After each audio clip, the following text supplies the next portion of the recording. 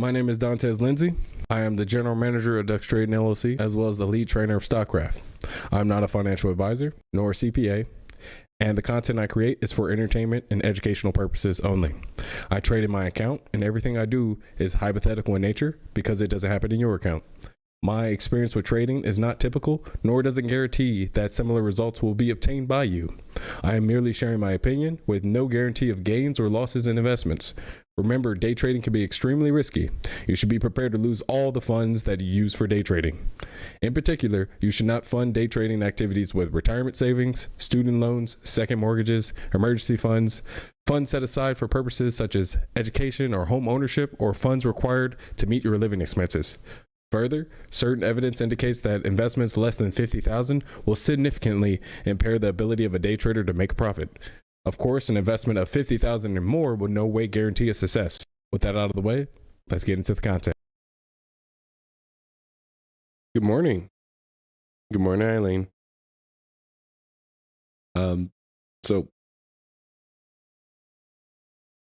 Only one person right now.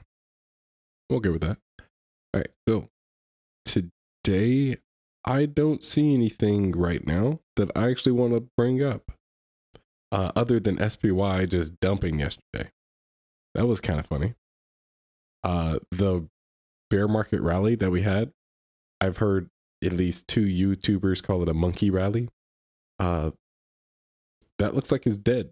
And that's mostly because of the PPI report came out yesterday and a lot of expiration dates. They were successfully manipulated by the market makers.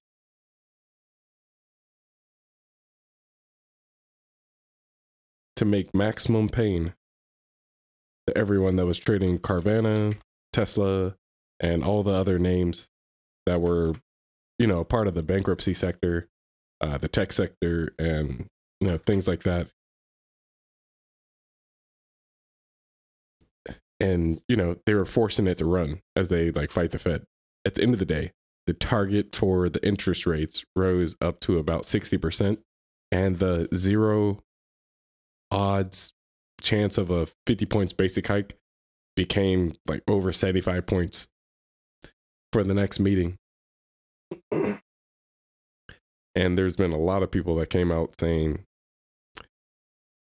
this is actually something that should have happened, for the January meeting. But we know how that turned out.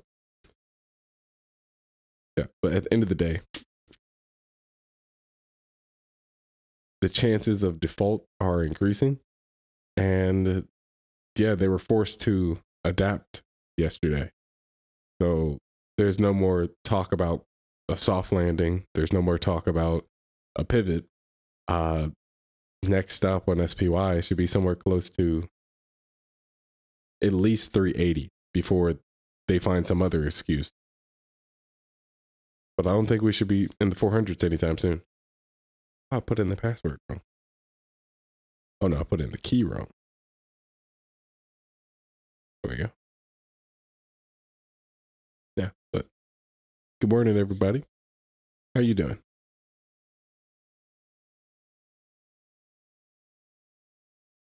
I'm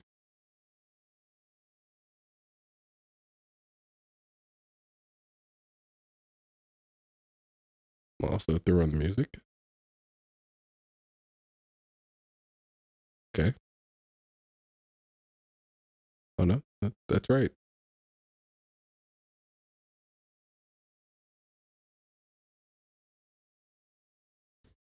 When I heard the techno, I thought I was still stretching. I like to stretch techno.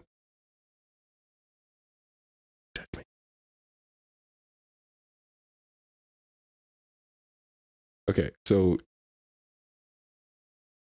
okay, fine. Yesterday, I went a little bit over what I thought I would, and so I missed most of Steven's webinar, but it was okay because we got to trade in AMAM, and yeah, I got in at 3.5 and I exited at 2.8. The max reward on it was about 2.4. It's actually a little bit lower than that. At the end of the day, it was a bounce short, pretty heavy, spread pretty thin. And yeah, this was something we were talking about a good 30, 45 minutes before the open. Main reason was these two headlines back when it last ran that pretty heavy looked really similar to what happened the next time it looked really heavy. We saw trigger words like cancer and efficiency data. At the end of the day, yeah, it ran up to about 110%. And it went into a massive resistance. Now, the thing that I didn't really see coming was, like, I expected a bounce. Like, and I almost felt offended that we had a very weak bounce. And I couldn't figure out why. So I just started looking at the macro market at that point.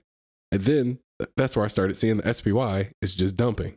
And then I started investigating, why did that happen?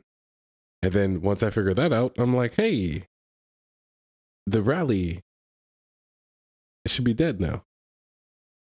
So at the end of the day, I put on about a third of my position. Let's see if I can zoom in on one of these. Yeah, I put on a third of my position at 350, probably about 20 cents from the top. And I waited for a bounce to about 340 until it dropped past about 280, which was my first, like, this is where I should probably take profits point. Then I wanted to bounce up to 320. Didn't get my bounce up to 320. And it just kept going. And eventually I ended up adding a second half at my partial cover point. Didn't make me feel comfortable that I'm just, chasing like this, where, if I chased a little faster, I would have been a little more comfortable, because the max profit point on this was only supposed to be like 247. Ended up going lower, but I don't want to give myself too many bad habits. Wait, where are you at? Yeah. At the end of the day, it went to about 238, so 10 cents off. So I didn't get the meat of the move. I just got about half of it. And I only went in about a third of what I borrowed. And that's how AM turned out yesterday. Yeah. There's your recap.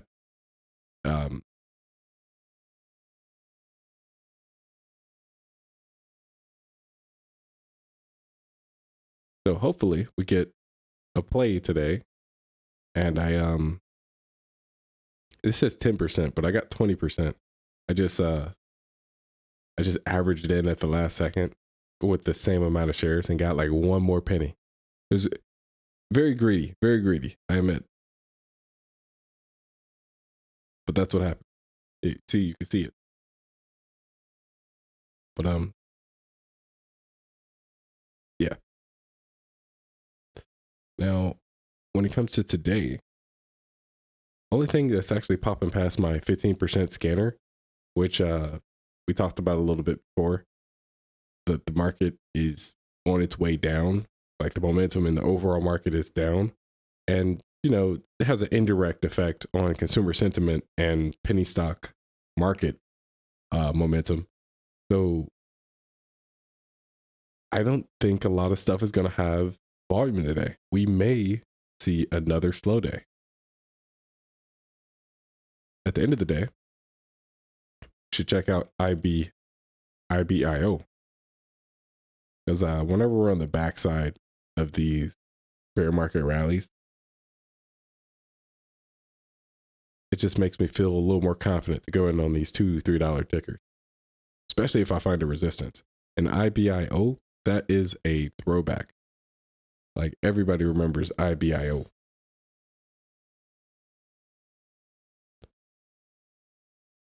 We prefer to remember it when it's closer to $4. But yeah, this is something that's been going back since 2010. I think I've watched way too many DVDs and movies and YouTubes. There's always a mention of IBIO at least one time. The most recent news was yesterday.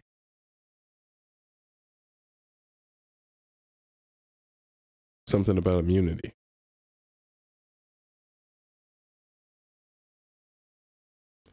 Well, at the end of the day, it's up over 100%. And that's something. And if we take this down to a few days, okay, apparently I can't find the data in this data provider.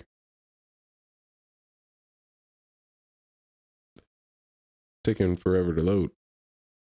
Let's try one more chart.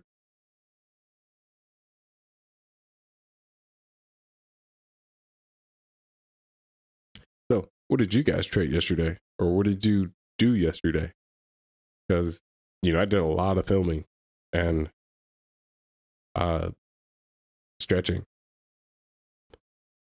texting, a little bit of everything. Like, I was just happy. I came up green when I wanted to come up green, but I was also kind of mad because I didn't get my bounce.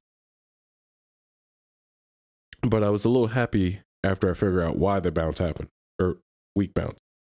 Do you always use the most recent individual resistance as resistance, or the one with the most volume? The one with the most volume.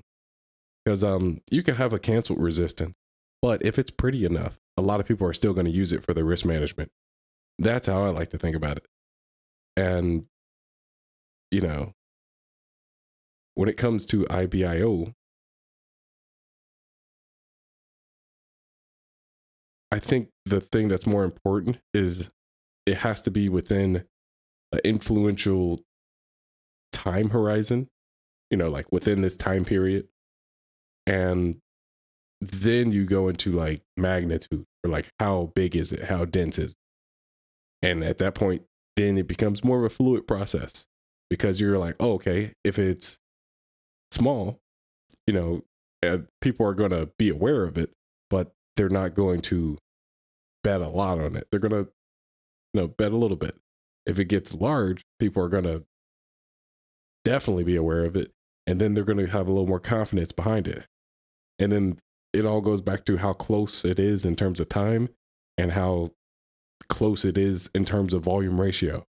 Like the volume that's building from the bottom today compared to the liquidity from that day, and how would that balance, like water, like high tide to low tide to high tide, that kind of thing.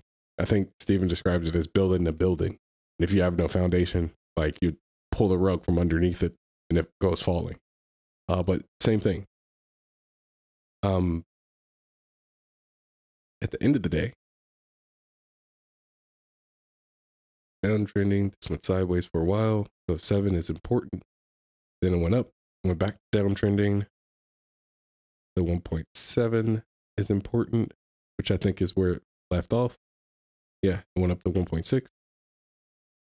Oh, it actually went to 2 in the pre-market, and it's pulling back now. Now, what's the chances?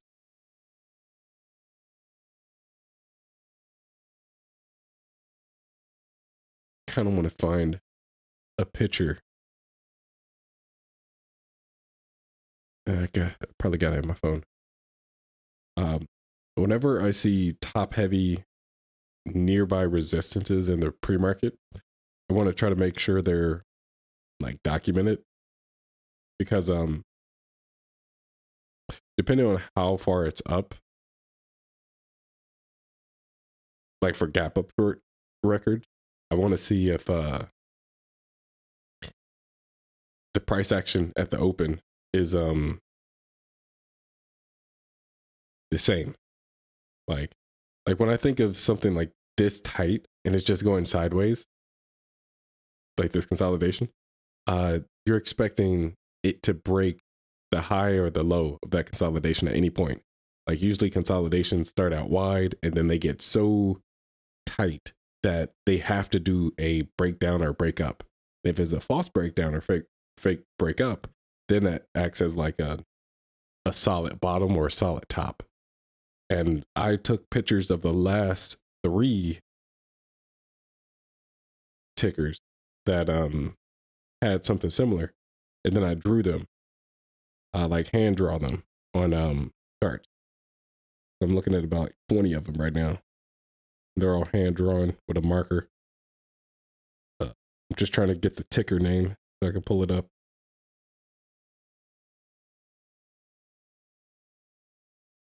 Let's see. Yep. Squiggle, squiggle, squiggle, squapping, squipping, squipping, squapping. Yes.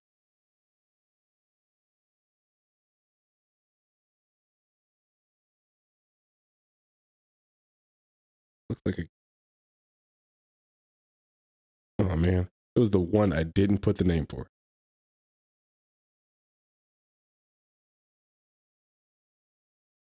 Other than SQL, but that one dropped, so it didn't count.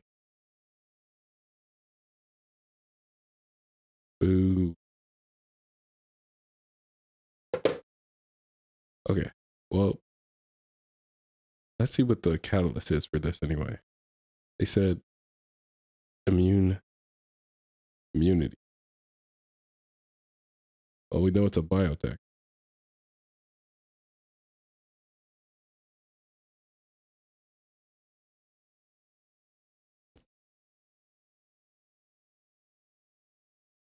Okay, so they made progress on research.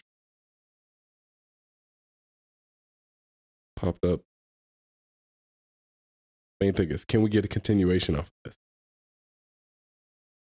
I'm gonna tell you now, it's too low for me to be trying to go short on it, but I still want to see if it's something that's worth short.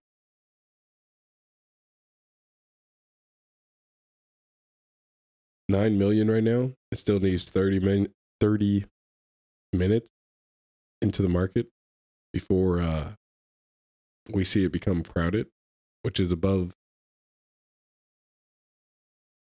I want to say 15, but since it's $2, I want to get it closer to 20.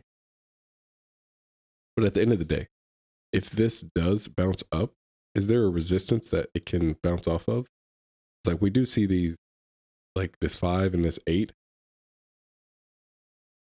But when we look at the float, actually that's not bad. 8 million. We'll see this float as the max amount of shares that can be stopped at that single dollar level. And if we can get to like a 1-to-1,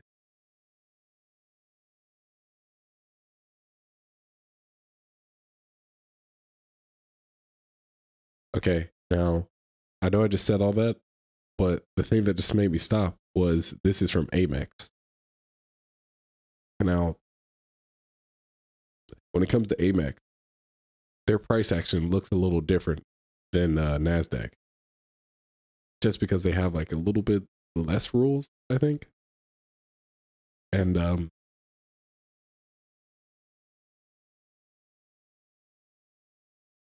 want to see some unique trapped people in the morning if I go in on this. At the end of the day, I'm going to treat this like a gap up short. And I do that because these recent resistances, 5 and 8, and yesterday we had a close of 0.75. So we just gapped through all that. And a little bit of this consistent about $250 million resistance here around 190. If we get a good gap into that, I treat it like a gap up short that goes up about 140%. Now that's doable because we got 2 individual resistances and we have this consistent resistance plus all the sideways stuff that we have to gap through and into. That's how I would trade this, especially under like $2. Now with this, since it's so cheap, I will only do a morning only. And it's at 10 million already, and we still have 30 minutes left, or 25 at this point. The only reason I'm really trying to push this is because since we're on the backside of a bear market rally, I think we won't get a lot of volume, which is why I'm kind of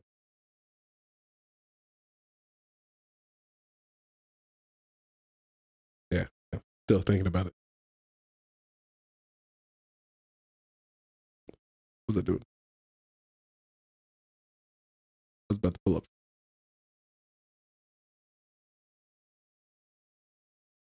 Yeah, but that's the only thing right now. Morning. After this month, I have been watching stream like a year, almost every trading day. I've been watching stream like a year, almost every trading day. Yeah, you've probably seen the worst, the best, and um the ugly of everything in the market and this stream. Thank you for your support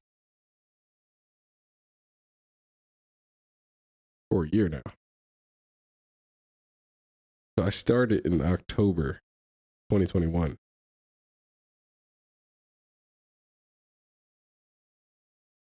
That's a pretty long time.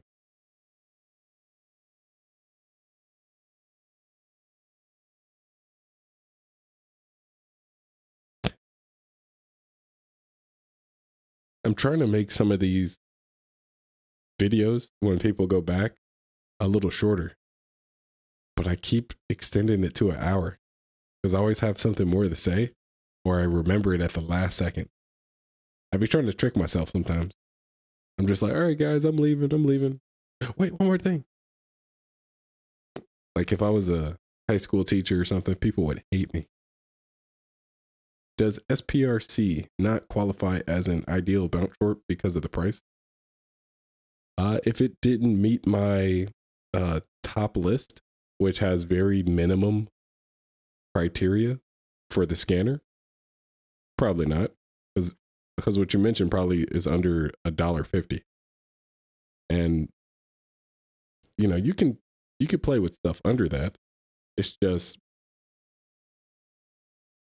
I don't want to get used to. Wait, what am I doing? I just started putting in the person's name. PR. I just don't want to get used to trading these really cheap stocks until we're pretty much in a slow market, and that's the only thing you see again. Because I could trade these.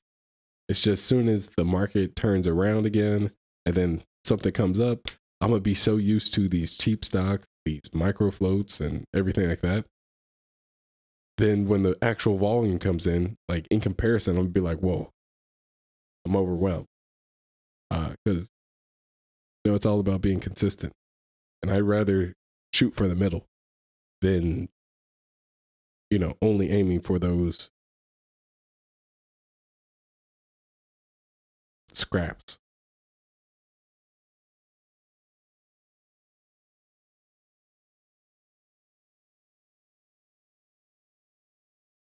Okay, so with the headline, I like it says first milestone. When it comes to like first time news, those are usually more powerful than people think. Machine learning is always good because people associate that with AI, and it has drugs and bio. At the end of the day, it is some really strong news. It may go like a lot higher. Like this one says the previous close was at 990. I'll put it up here. Get a gold star. Okay, I've been watching way too many short videos, not TikTok, but things that are pretty close to TikTok. Like it's crazy, and a lot of them have been bullying high school teaching.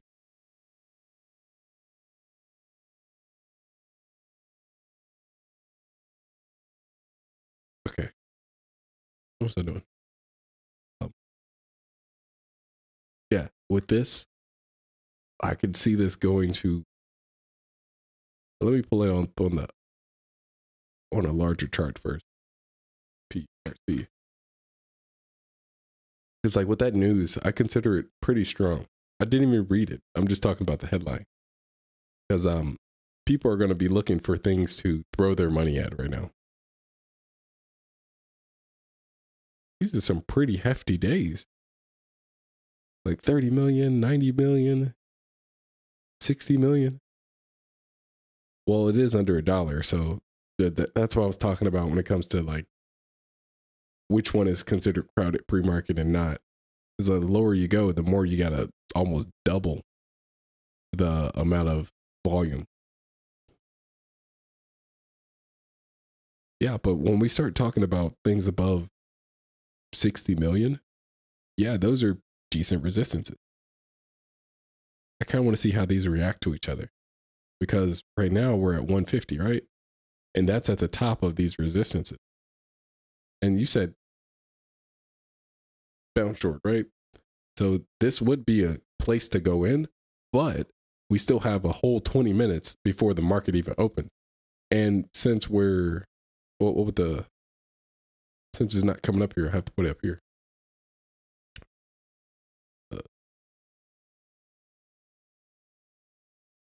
I don't remember my watch list being this complicated. But there you are.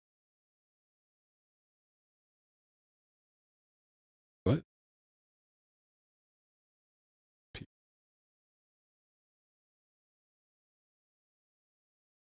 Yeah. Okay, so we're at 13 million volume. That's definitely going to get crowded by the time we get to the open. So if we consider this a crowded ticker, even though it's like at $1,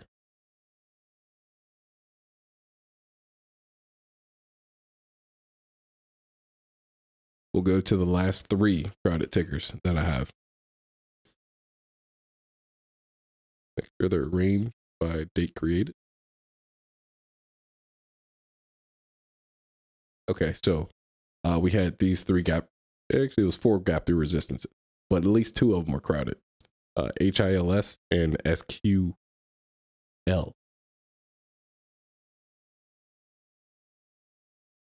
Now, the thing we want to look at is how did it react at the open? Because normally when you think crowded, you think, okay, we're going to gap down just a tiny bit, we're going to explode, or we're just going to just straight dump at the open. Okay, this is what I was talking about earlier.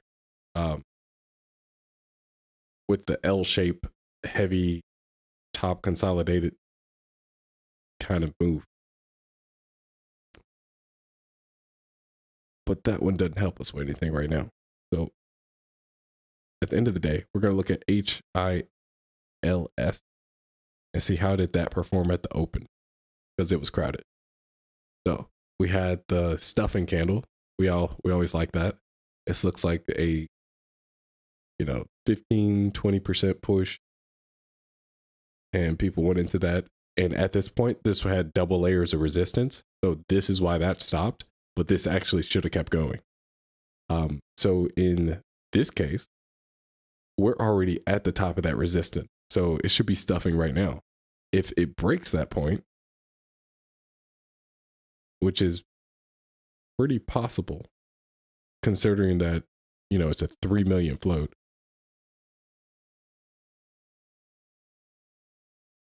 A full break from that point will put us at $3. The half break will put us closer to like $2.20, because that's the next.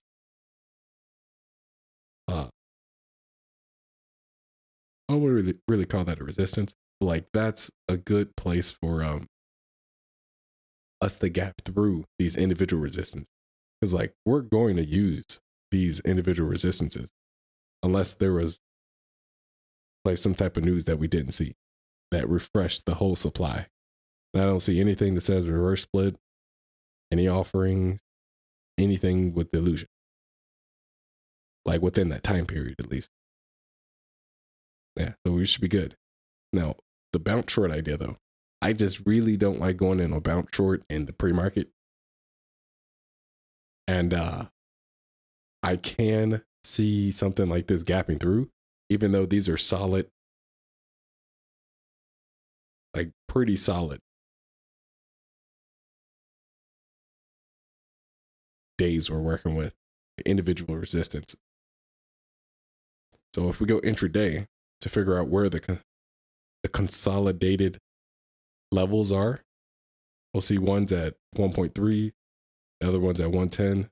That's for the first one. Let's put a line so we don't forget.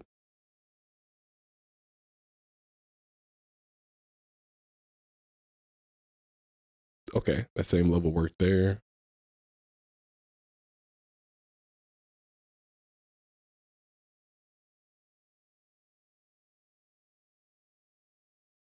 $110 worked better here. Okay, now it looks like we're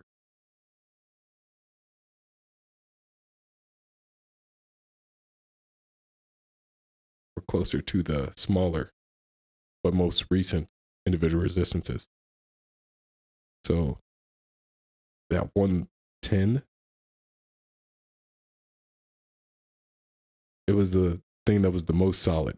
But once that broke today in the aftermarket, it went even further past that 1.3. But we still have to give respect to that 1.3. So I'm going to do 1.3 times 1.7, which puts us at like 227. And I'm pretty much trying to say that, well, we didn't have a pre-market high like that. I can't do that.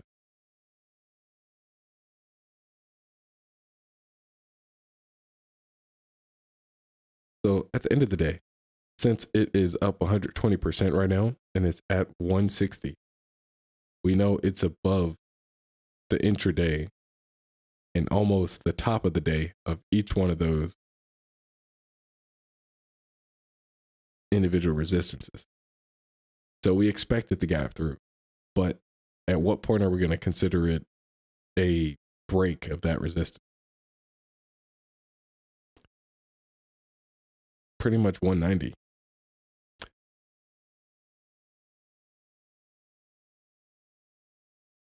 But that's only when we go in like with momentum. Like this has already been up there for a while. Like I just really don't like it being a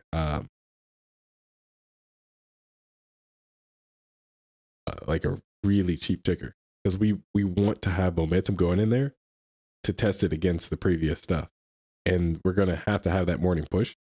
And at this point, we're at 14 million volume, like, so pretty close to crowded still. Like on pace to becoming crowded. Better.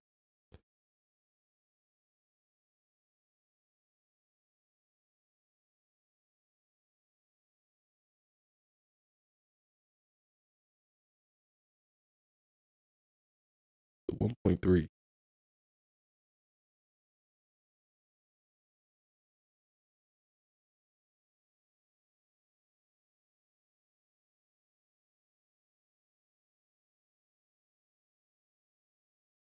Where'd I get this 1.59?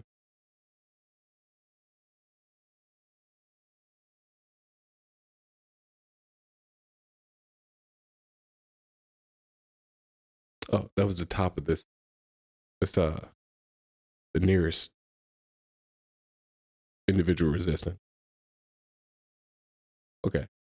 And if that's the 1.11, 20 is normally my intraday stuff, but daily 11. So 176.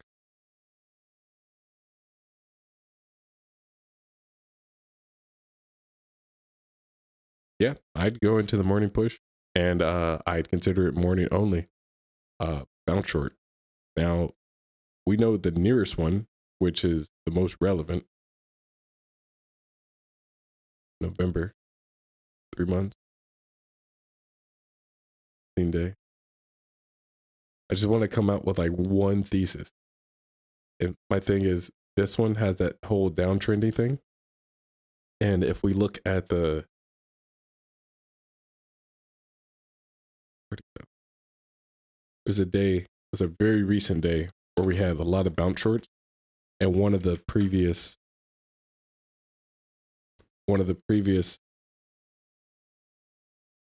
historic resistances, they had a similar shape. I have it in that photo that I was looking at before, but it'd be easier to see it here.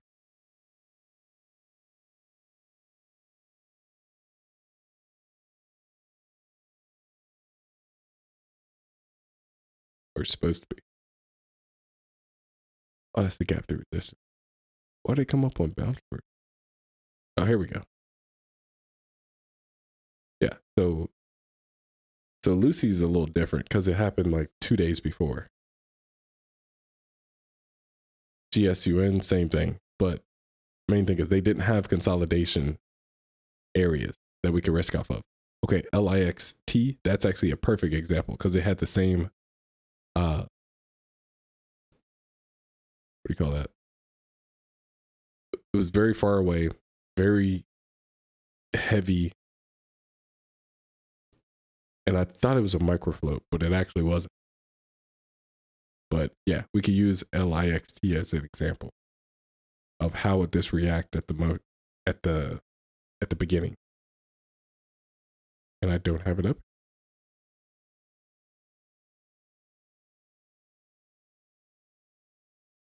Oh, there. Okay, so this one was actually a little different too because it was a midday bounce short, and that's calculated different. See, with bounce shorts in the beginning, they have the full day to crack. But if you have, most of the volume concentrated in the beginning, that means you can also have that chance to hit the top of the resistance, pull back, and then, keep grinding past it. The only saving grace that we have is if I'm using 176 as the break point, which is pretty much 11% over the pre-market high. I say pre-market high, the resistance daily candle high.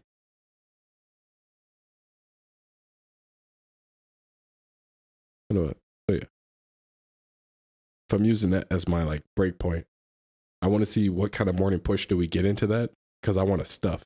If I don't get a stuff to like get a evidence of like the momentum shift, I just won't feel comfortable to go into that. Mostly because it's microfloat and it's $1. But that's only if I would, trade something like that. That's just me. But this is a bounce short. It's just really cheap.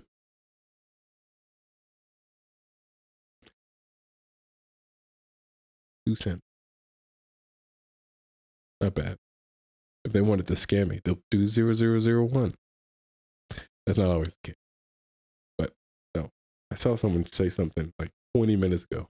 I just kind of rolled over. Your stream helped me stay consistent and always look for trades every morning. That's what I wanted to do. This was an accountability thing. With beginners, the hardest thing is to consistently study for 3 to 6 months. It's really hard for you to get the screen time that you need at the time that you need it. When I first started, I would look at Steven's screen and I thought that was enough. Before he'd be like, "Shoo, I'm trading." But outside of that, when I would look at my own screen, because at that time, like we had another platform, like charting platform, and so when it had a glitch where you could like share the username and stuff. They ended up fixing that real quick, so I had to end up buying my own. As soon as I put like a decent money into it, I'm just like, okay, I gotta watch this now. I paid for it, and at the end of the day, I would sit in a chair for hours just looking at all kinds of stuff, like anything from like super penny stocks to where I originally started. Like I'm talking about the pink sheets to OTCs, all the way up to things in the hundreds. And then over time, I started getting like bad habits of just paper trading everything. I was lucky that I was just paper trading. Eventually, I actually focused on the techniques and stuff that we needed. And then, I hear, like, I'm over there shadowing Steven. So I'm in the chair next to him, and he's like, I'm going in at this point. I'm going in at this point. And like, I'll write it in the chat. He's going in on this point. And, at the same time, I would spend like 3 months just doing that. And then after the 3 months, I would put money into my own account and I would follow him. And then at that time, Jimmy and other people, they were already following. And so I was just like, okay, I think I have enough screen time so I can do that. And eventually, I started seeing stuff that they would see. And I started seeing stuff before they would see it. I'm like, okay, cool. I'm the best at this. You know how Dunning-Kruger effect works. And then those quick or short-term epiphanies that I had, they all changed with the next market cycle. Like, I didn't know how to adapt at that point. So it just came like that. But at the end of the day, once I failed to adapt and I just had so many losses, all the confidence went away. And then so did my momentum for like learning. Because it went from like, oh, I can do this. And it's really easy for me to study like 10 hours a day to like, I'd rather put something over tracking. I'd rather put something over holding a ticker that I know is technically right based off of what I was trained to do. But at the same time, I don't trust myself in a lot of areas to execute the proper technique once I'm in the trade. Because like, I feel like those two people are different. The person in the trade and like out of the trade. The way I like to see it is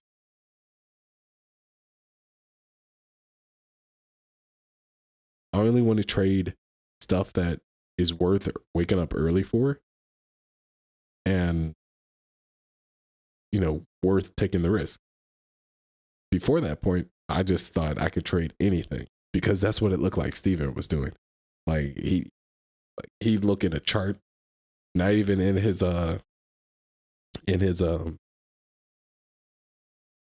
comfortable like dollar range. And he'll just be like, this stock is going to do that, and then it's going to do a backflip and go that way. And then when it doesn't, I'm just like, that's not fair. And so I started trying to do stuff like that. And I got it right at least like 70 to 60% of the time. And I'm like, oh, okay. And then that's where I started realizing a lot of people do 50-50 kind of thing. And short-term stats can give you that false sense of control. And you need that control to feel confident. But you'd rather have that be matched to your long-term stats because short-term stats are only used for adjustments. And I was just the master of like short-term stats. I used to have a rule that says it was give me 2 weeks, like no matter what it was, like especially if it was academic. I'm just like, oh, you think I don't know this language, or I don't know enough to blah blah blah? Give me 2 weeks. Oh, you think I won't? Yeah. Just fill in the blank. I don't know how to replace a sink. I won't stand on top of a 6-story building and replace a window. Give me 2 weeks. Like, stupid stuff. I don't know. I'm a meaningless risk taker. Still the worst personality for this type of stuff. Could not be addicted when it comes to this because you have to be addicted to it.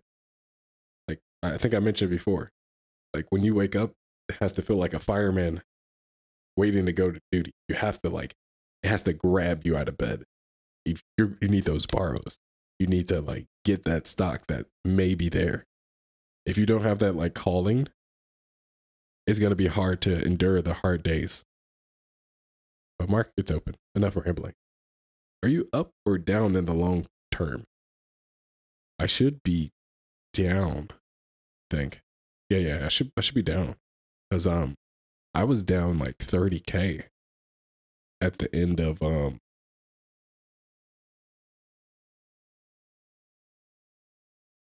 think it was like March. Yeah. Oh no, I kind of want to check again. Yeah, but I know I should be down. Like I've been up for a little bit, but yeah, after options, it was just real bad trying to readjust. Because I would try to do both at once, and you can't do both at once without realizing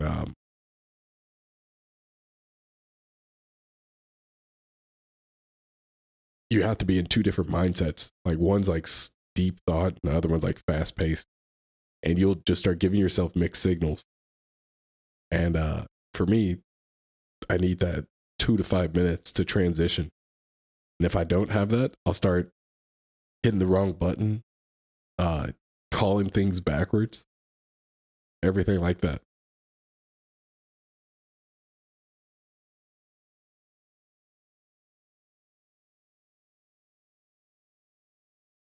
Okay. So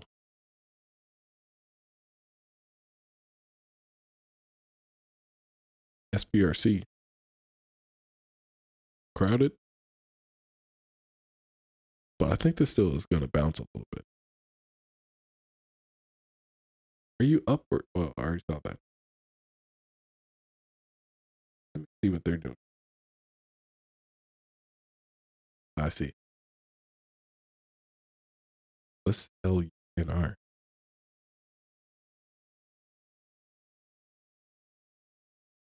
Oh, that. Yeah, I thought this was at 30.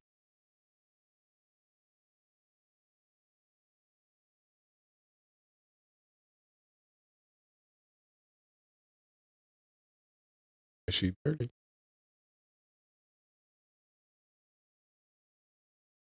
Yeah, but it doesn't look like anything, or it doesn't look like we're going to get anything inside of our normal ranges that we want. See how that gap up short turned out? Up about 100% pulled back. Well, it's only the first like 5 minutes. That's always you don't want to short like right at the open, because anything can happen in this first 5 minutes, because most of the volume's coming in and in the morning. In this first 5 minutes, everyone's still trying to figure out what they want to do.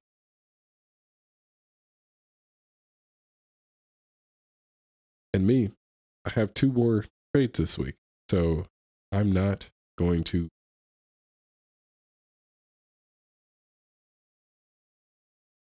waste on a dollar, because if we get another gap up short or bounce short in the beginning of next week, and I don't have another,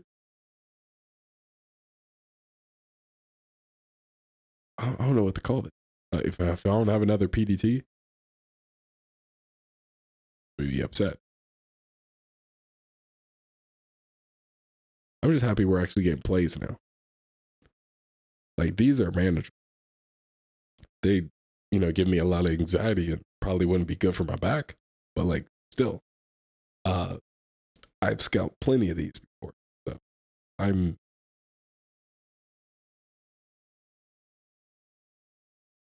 That was a while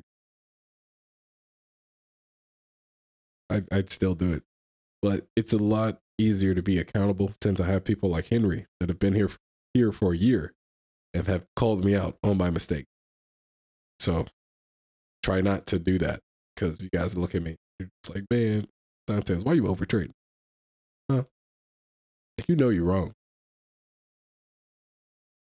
And just for the little kid that probably stole his parents' YouTube account or whatever, and it's probably on their trading account, and he's like, I'm gonna follow Dontez. I'm just like, okay, just in case we got something like that on here, let me not joke too much about,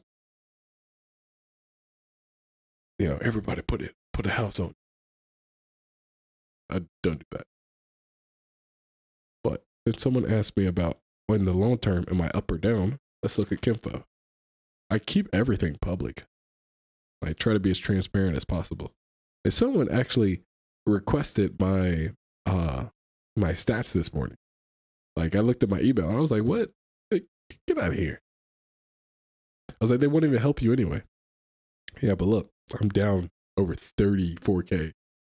This is over 2 years. Yeah. Yeah, this is about 2 years now. First year up 17K. And in the second year on negative 34. Which it was a really rough year. Like, ew.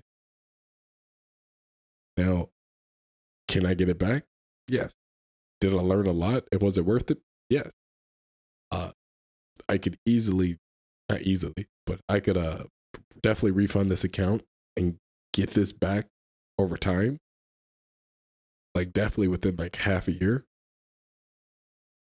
But I'd just be aiming and thinking about the money at that point. I'd rather just focus on a smaller account, get decent statistics, and build my way up. Pretty much, there was where'd you go? We have a public section down here that says Hangout Lounge. And like, you guys have access to this. You just have to accept the rules when you come in. It's in a link in the description. There's also a question lounge. And, people were asking me, hey, Dontez, like I'm in this bad situation, but I still want to learn how to trade. Is that possible? I answered them. And, other people in the chat room already, they like to piggyback off of like the questions in the question lounge. But the reason I brought this up was because the video request, pretty much someone asked that we do a small challenge, try to trade from like low liquidity to a, larger account in a low liquidity market, like what we have now. And so that's what this channel was supposed to be about. Just give people the accountability and reason to watch someone with a small account and how hard it actually is to go up there. Now, the reason I keep, shooting myself in the foot is because I keep taking money out of this account because I don't like moving money around too much. So I just take it from here. It's not recommended. Makes it a lot harder. And, having rules. The rules? Okay, yeah.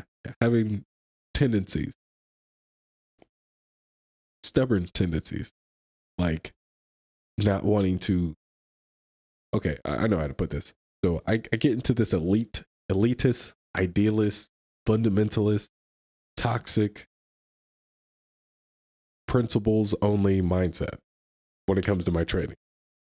And, a lot of people probably start to lean towards this. They only want to go for the best. And if you do that too much, you lose the creativity expression part of the trading. Like with this SPRC, is a perfectly good bounce short, but it's $1.50. So there's always I can justify, rationalize, and everything in between that this is not the trade for me. It doesn't fit my perfect setup and stuff like that. But if this is the only thing that's been given in like half a year, this is the new market. And so I'm going to have to adjust to that.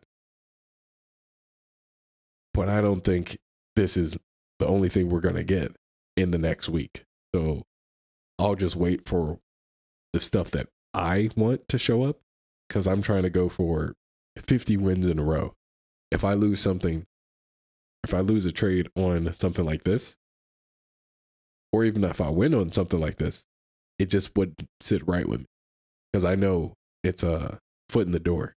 If I do it once, I'm going to do it like 20 more times. The only upside to this is a really, really good situation with all that historic resistance. Like if it was the same thing on a $2 ticker, I'd go for it. If it was $3, I'd destroy it.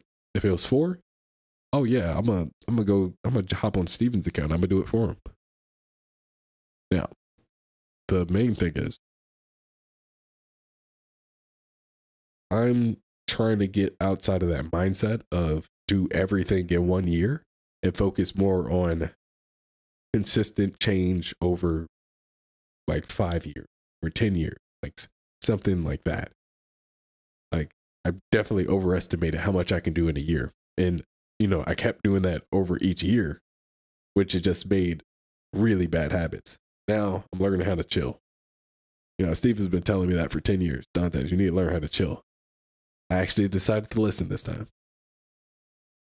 Just a little bit.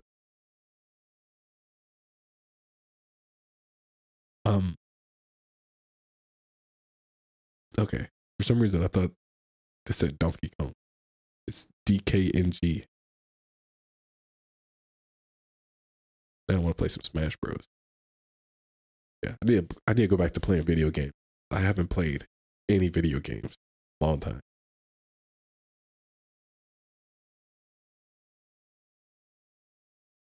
All right. I don't see anything else popping up that I want to talk about. Hey, have you seen that meme?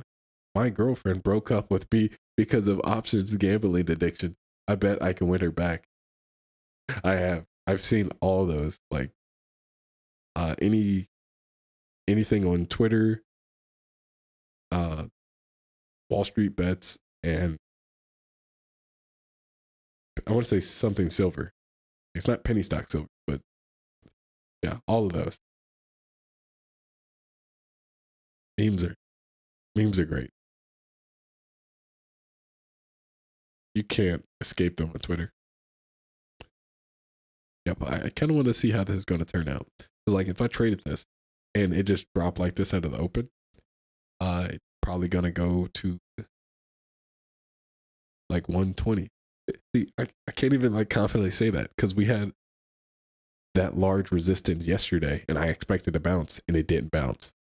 But in that case, the resistance was like super wide compared to the price. And this one, what?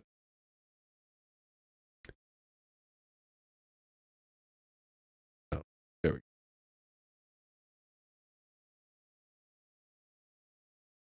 Keep my hand.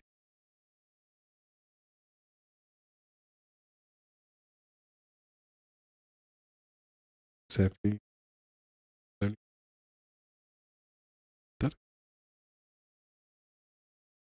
No, 90. 90 cents.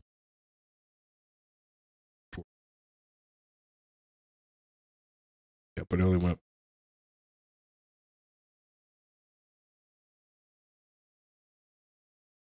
Okay.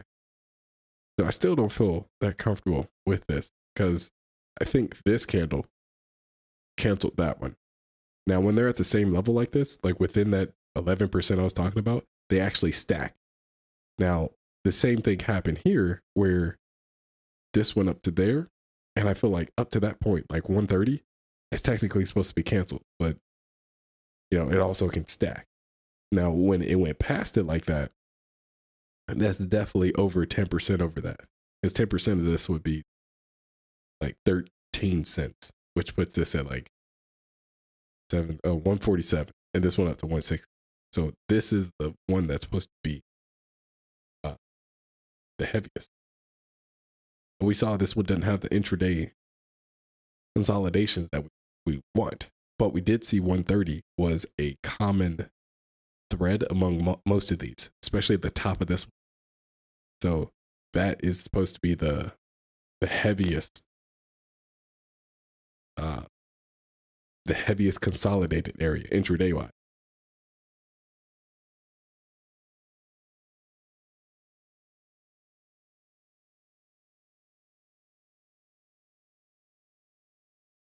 Yeah, but at the end of the day, still really cheap. I definitely be gambling if I go back into that, and I'm not gonna start doing things in the pre-market unless I'm going long. Like that's my only. Like, and if I go long, I'm going cheap. I'm holding most of the day. Those are my only rules. I'm trying to do stuff that I can fine tune over the next like 5-10 years. That's how I want to play. Oh, you play Smash Bros? Bro, so many Smash Bro tournaments, tennis tournaments, everything. Everybody. I need to go back and socialize. I'm gonna go to this community college center or something. Not community college. One of these centers. I saw a gaming lobby the other day. It was a bunch of chairs and everybody's playing CSGO. And you got like 8 screens around. And I'm like, okay, I know what has to be done. I'm gonna go get ramen and then I'm gonna come back and we're gonna play CSGO. I was like, I'm gonna go home. I'm gonna get my mouse. We're gonna, I should bring Steven. He'll just be in the back camping the whole time with a damn sniper. You know, he drives, trades, and he plays games all the same way. He's just like, wait for it. He'd be like a fisherman, except a little more toxic. Wait for it, kill it. Like, what?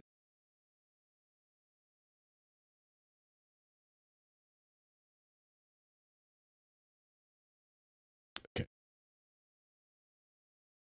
But yeah, this is already at the point where I'd be. I say I don't want to get FOMO. Yeah, but everybody knows how to just take the half of this spike. But I don't know the actual statistics for like how low this goes. Because I've seen very low tickers like this go all the way down to like 75%. But just looking at, this being $1.50 instead of just going to like halfway on.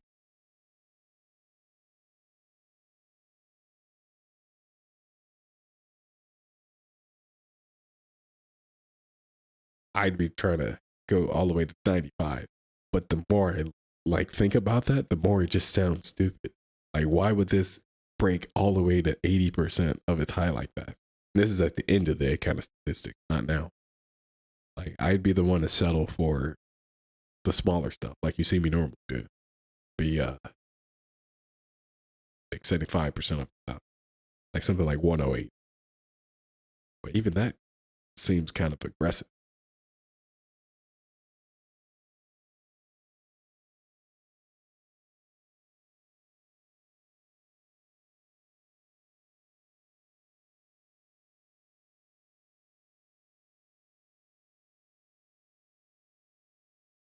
Yeah. All right. After I do this calculation, then I'm gonna peace out. I got my conference ticket for tomorrow. Excited for that. Oh yeah. Everybody's ready for the virtual conference. You know how this goes. Every year we have to give you the update of how it's going. There's also going to be, there's always like special deals at these conferences. So it's always worth it in the end. Not only do you get a crash course of what's happening, you also get, potential deals on, if you want the Freedom Challenge, if you want like DVDs, etc., like that. For the most part, I love the virtual conferences because I don't have to leave my own home to get a great heads up on what's about to happen and what's going through the minds of people that have been in tune with the market for a while. And it's not just penny stock. Like, you have other guests that are coming, and that gives our man a lot of time to rest. So it's going to be fun. There's always going to be a question section that's going to be filled up, and I'll be one of the guys in there just answering the questions passively, slash divvying the questions to the other people. I say divvying, delegating. Yeah, it's going to be fun. Take a lot of notes. Fishing for INZY.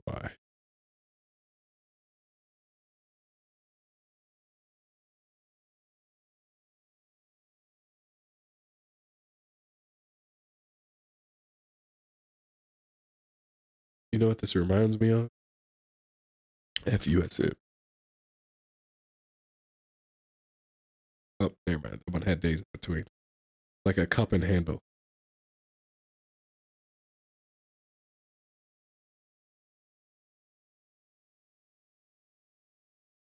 Nah, no, looks back, back.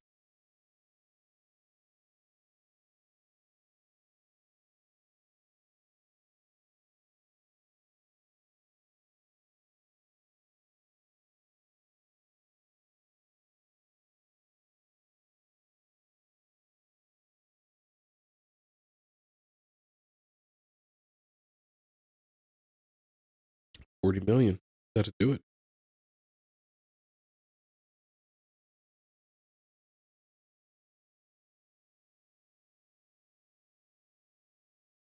Yeah.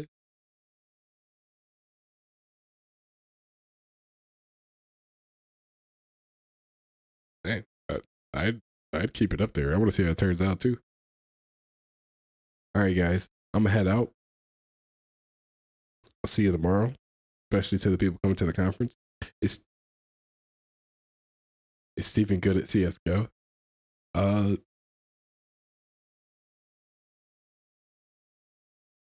there was a time where we played almost every single day, also while trading. I wouldn't say that he's ready for the pros. I barely even remember the ranks at this point. But I just know we were way past gold. Uh, I stayed at silver 2 for almost a year and something. And then we started having like better friends. And like once we got past that, he's going past ranks. But at that point, like who's carrying who? Then whenever we would go back to like silver stuff, it'd be much easier to get back to that level. But when it comes to like co-ops, yeah, I pretty much have to look at the ranks again. Because I know he always stayed at a higher rank than me. And then Jimmy, oh my God, he was worse. Like no, like not the worst as in ranking. Like he was actually better than everybody because he would just practice the same like quick movements over and over again. Like that was his job. Like CS:GO was more of his job than trading and other assistant. CS:GO. Okay. Yeah, he always stayed in Master Guardian. And so this is Steven walking into a lobby. You know, if we're in Silver Elite or anything from like Silver Elite, like Master Guardian, everybody's looking at what is up with the dude with the name Chicken. That was me. I think it was like Chicken God or Chicken Master or something. At the end of the day, I'd always have the heaviest weapon. I just go in there with a Negev and just camp in a corner or like camp at the objective. And I'm just like, all right, guys, I'll hold the house down. I'll hold it down. And, you know, it's Steven and Jimmy and whoever else we're playing with. Like they'll go scout the area. They go take out some people. And then when it's clutch time, like they know who to call. I'm like, all right, I'll pull out my little pistol because I'm too heavy with all my heavy gun. And like, I'll just, you know, I'll go around each corner doing like those little jiggle peeks. And, you know, as soon as I hear footsteps or I just get this feeling in my gut. It's almost like a trade. I just start the Negev or start whatever. Like before I even turn the corner, I'm like, but once we started getting to not transit, what do you call that? Face it. We start playing Face It. I had to completely change my game. I was like, before you even see the person, they just look like they're smacking.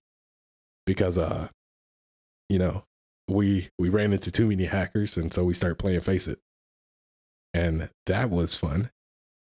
We got, I actually forgot what level we got to on that. But at that point, we had like much better friends than us. So it was always crazy. Yeah, but he's not bad, is what I want to say. We definitely got better. Like anything we try, we definitely get better. I don't know if I want to go back down that road though. Like Steven walk into a game, mostly everyone's not looking at his skills, unless he does some like cool trick. It's more if they're looking at his skin. They'll just be like, man, what is that skin? Oh, bro, what is that skin? What the? How'd you afford that skin? And then he's just like, better skin, better play game. like, okay. So here's the point where I would be covering at the 110. And that would be, take this one off, put it back. Okay, so the first place where I would do my early cover would have been like 1.17, something like that. But I need to get better at going for those closes that go to like 1.08. That's 25% off the high. So yeah, this is where the impatient people would cover. They're just like, yeah, I made 10 cents or 10%. Where the people are like, okay, I made like 15. Like, that's great for the long run if you're risking like up 10%. Now, that stuff I came up with before, like where you're at like 95 cents, nah, you got some ball. Only people I see do that is the ones with amazing top taking potential, or they're taking profits the whole way down. And that last one is like a tenth of their position or a third max. But I still don't see anything popping up that I would look at. I don't recognize any of these. Outside of IBIO. Ooh. Hey, we got something squeezed.